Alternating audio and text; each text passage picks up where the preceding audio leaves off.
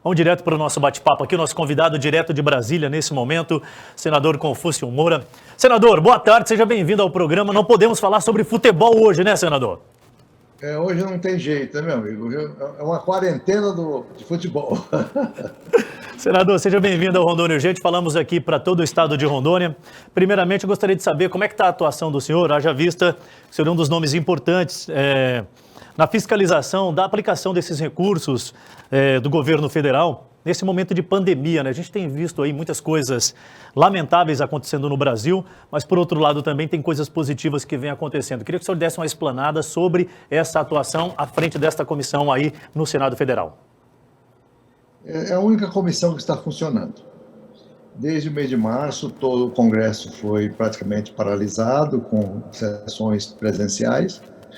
As comissões foram fechadas por causa da doença e ficou apenas a comissão de enfrentamento à Covid, e que analisa também as contas públicas, os resultados dos recursos investidos na área de saúde, os riscos, né, de contágio, tudo isso, e nós fazemos 2 audiências públicas semanais.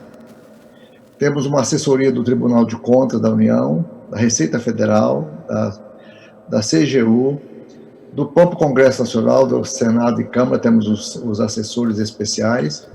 Estamos muito bem ajudados por essas equipes técnicas.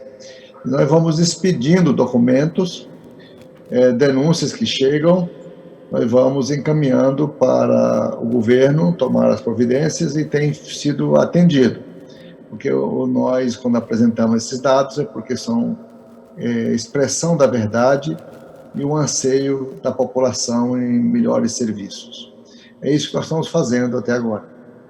Senador, eu queria que o senhor falasse sobre o microcrédito, porque a gente atravessa esse momento de pandemia, o mundo não esperava atravessar um momento tão complicado como esse.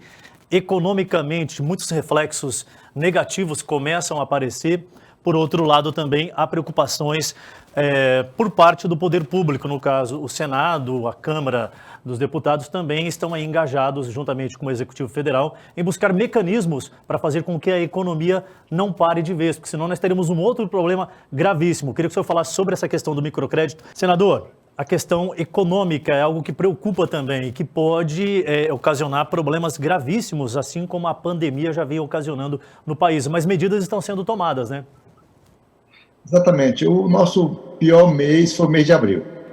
No mês de abril, a economia regrediu muito, paralisou tudo, nós estávamos começando, sem experiência, o Brasil todo assustado com a doença, e aí o fechamento do comércio prejudicou muito os trabalhadores informais, feirantes, os prestadores de serviços, salão de beleza, e outras modalidades a mais de trabalhadores, e com isso muita gente faliu.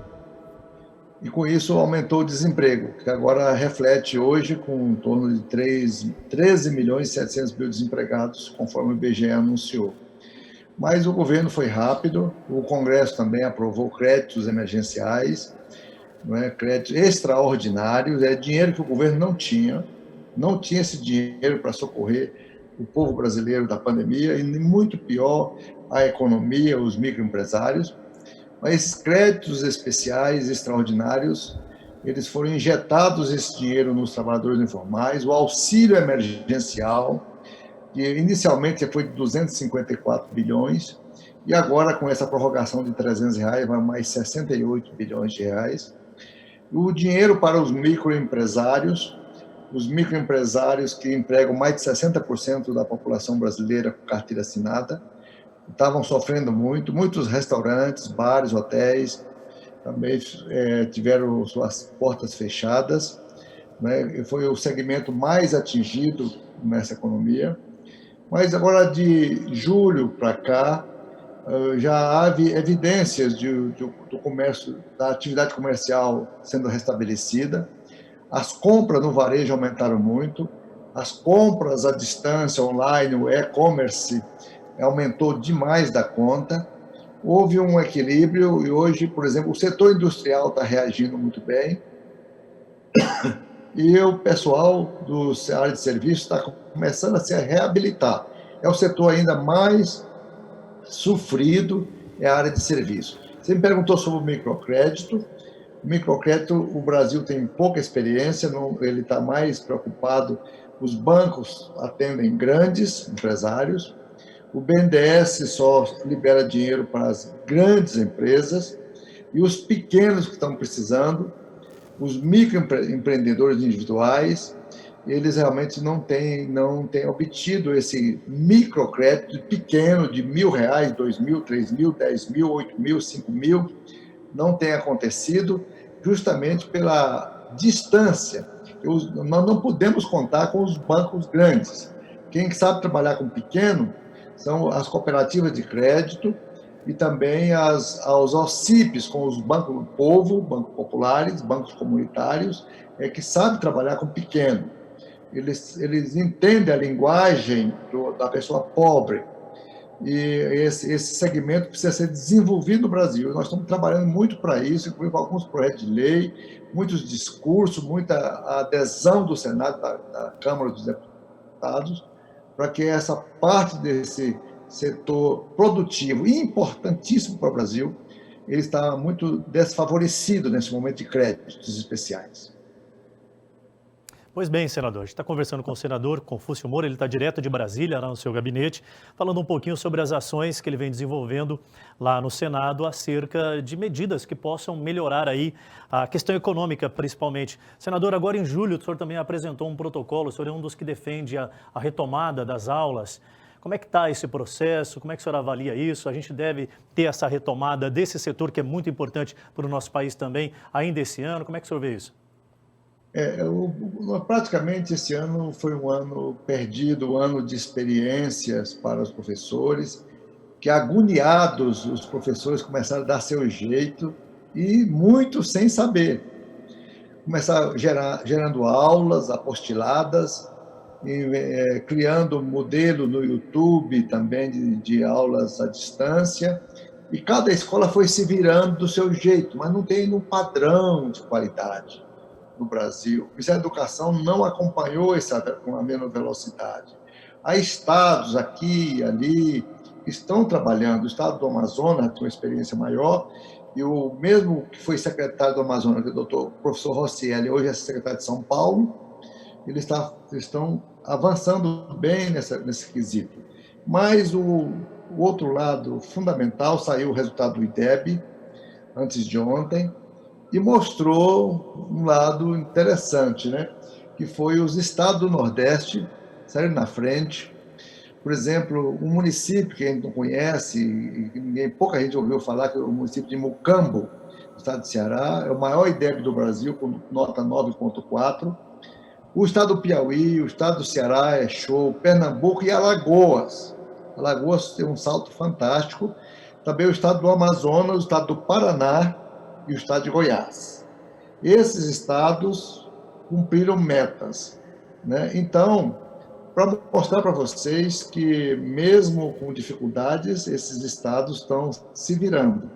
E o retorno às aulas, também, já que hoje abre os shopping centers, abre os bares, as praias, estão abrindo, com muito cuidado e protocolos rígidos, a gente pode ir experimentando a reabertura das aulas com menos alunos, não é, com um híbrido entre aulas presenciais e aulas à distância, e nós vamos aprender a conviver com modelos misturados, que eu creio que mesmo passada a pandemia, nós nunca mais voltaremos a ter aquelas aulas como era no passado. Vão ser aulas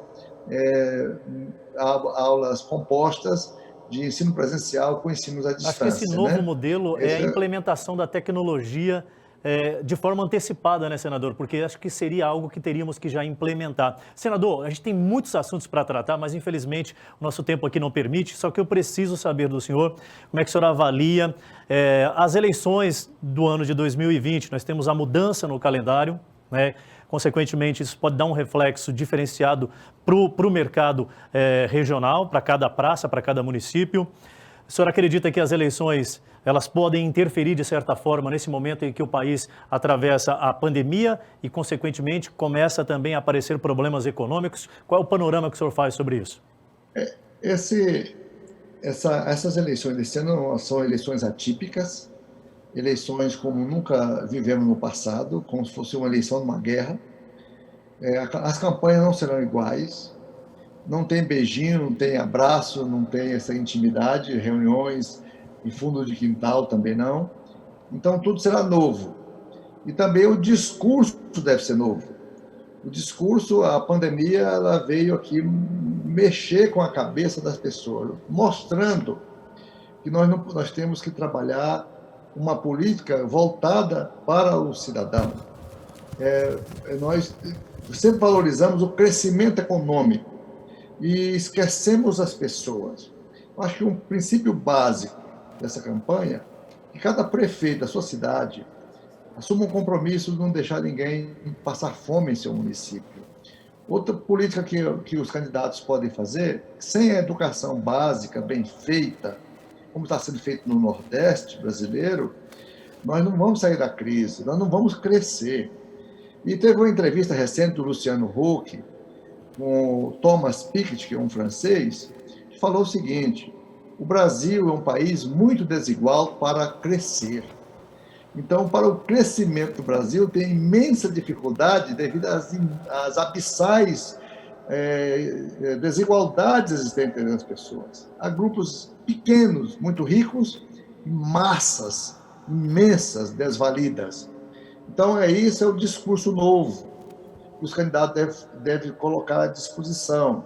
A educação, o básico do básico, que é comer, é ter água limpa para tomar, não é? E ter as condições mínimas de existência. Isso é o máximo que um prefeito pode fazer nesse pós-pandemia. Aí vem as obras, vem isso, aquilo, outro. Nós estamos muito acostumados com o obrismo. Tudo nós queremos muito ponte, muito viaduto, muito asfalto, muito tudo. E esquecemos das pessoas que estão ali. Passa o asfalto e tem a pessoa passando necessidade. Então, nós vamos ter que inverter um pouco o foco da campanha. Trabalhar a escala de prioridade, né, senador? Acho que essa é a grande questão. Exatamente. Muito obrigado ao senhor por ter comparecido aqui conosco, por gentilmente conversar um pouquinho aqui e prestar contas para a sociedade acerca do trabalho que o senhor vem desenvolvendo aí em Brasília, no Senado. Uma boa tarde, muito obrigado. Muito obrigado, Honorato. Muito obrigado a todos. Aí, o senador Confúcio Moura falando conosco, direto de Brasília, trazendo algumas informações para você que nos assiste em todo o estado de Rondônia.